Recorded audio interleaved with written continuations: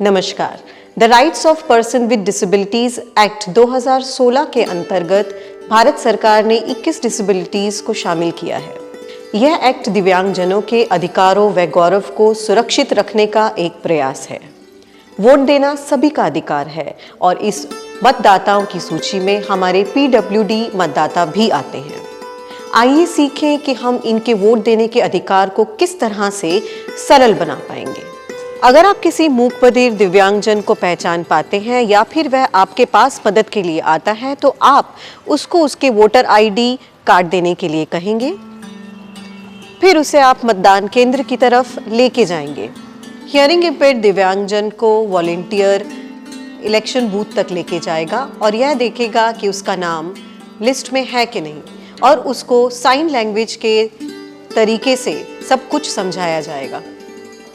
फिर उससे यह पूछा जाएगा कि वह साइन कर सकता है या फिर वह थंब इम्प्रेशन देगा। फिर दिव्यांगजन को उसके बाएं हाथ पर शाही का निशान लगवाने के लिए कहा जाएगा और फिर यह बताया जाएगा कि यह शाही का निशान नहीं उतरना चाहिए। फिर वॉलंटियर दिव्यांगजन को मशीन के पास लेके जाएगा और मतदान करने के निर्देश देते हुए बाहर जाके वेट करेगा।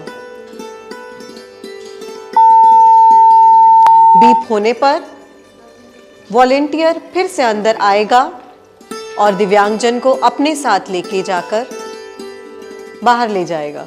शारीरिक दिव्यांगजन की सहायता के लिए आप व्हीलचेयर को उसकी गाड़ी या ऑटो के पास लेकर जाएंगे।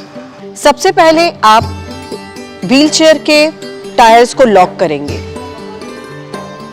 फिर उसके बाद आप फुट रेस्ट को अंदर की तरफ बंद कर देंगे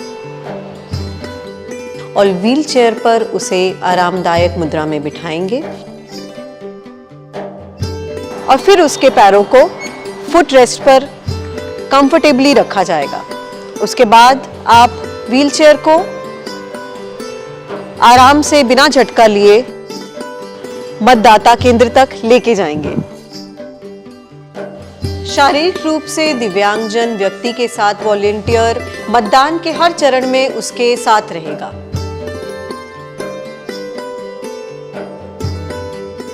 वॉलंटियर EVM के पास लेकर जाकर दिव्यांगजन की व्हीलचेयर को सीधा करेगा। फिर उसके टायर्स को लॉक करेगा।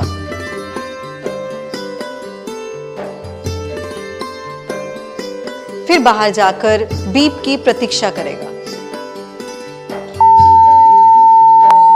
बीप होने पर दिव्यांगजन को वापस से लेके आया जाएगा।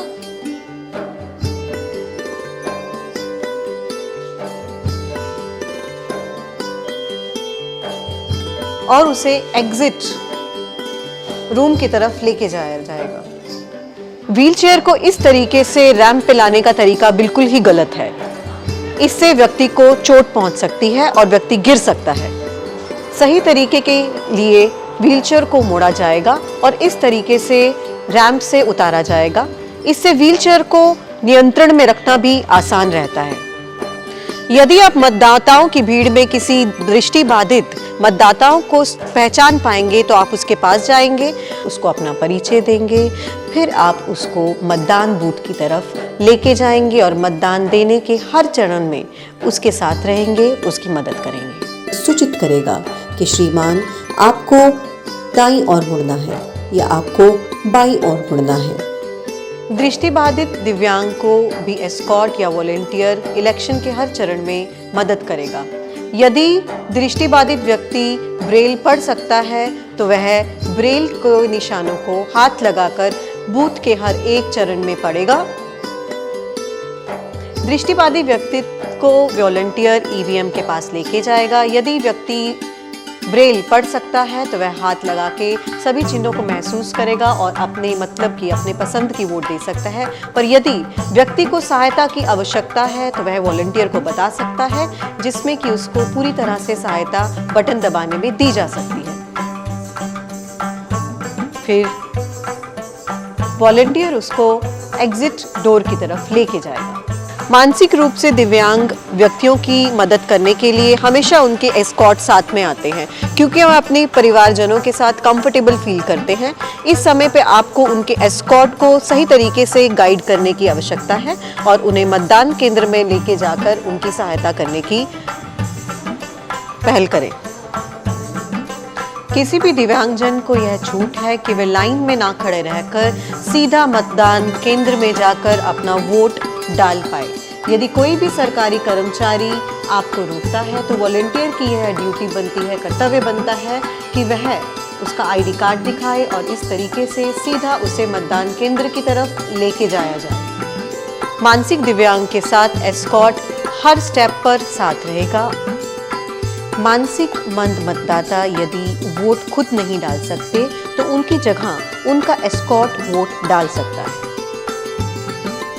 पार्किंसन से ग्रसित यदि व्यक्ति के हाथ बहुत कांपते हैं और वो वोट देने में अक्षम है तो उसका हाथ पकड़कर बटन पर हाथ लेके जाया जा सकता है और इस तरीके से उसकी वोट देने में मदद की जा सकती है। अगर कोई सीनियर सिटीजन नहीं चल पाता है या उन्हें आपकी सहायता की आवश्यकता है तो उन्हें व्हीलचेयर मुहैया करवाई जाएगी और उन्हें इस तरीके से रैंप से होते हुए मतदान केंद्र पर लेके जाया जाएगा। जैसा कि हम जानते हैं कि वोट डालना एक गोपनीय क्रिया है। जब भी एक पीडब्ल्यूडी आपको अपने साथ रहने के लिए बोलता है तो ईवीएम मशीन के पास जब आप खड़े हैं तो आपका ये कर्तव्य है कि आप इस क्रिया को, उसका वोट डालने के अधिकार को गोपनीय रखें और किसी को ना बताएं। अगर कोई पीडब्ल्यूडी मतदाता मतदान केंद्र तक आने में असमर्थ है तो उसे घर पर बैठकर किस तरह से मतदान करना है, इसकी जानकारी वह पीडब्ल्यूडी ऐप से ले सकता है।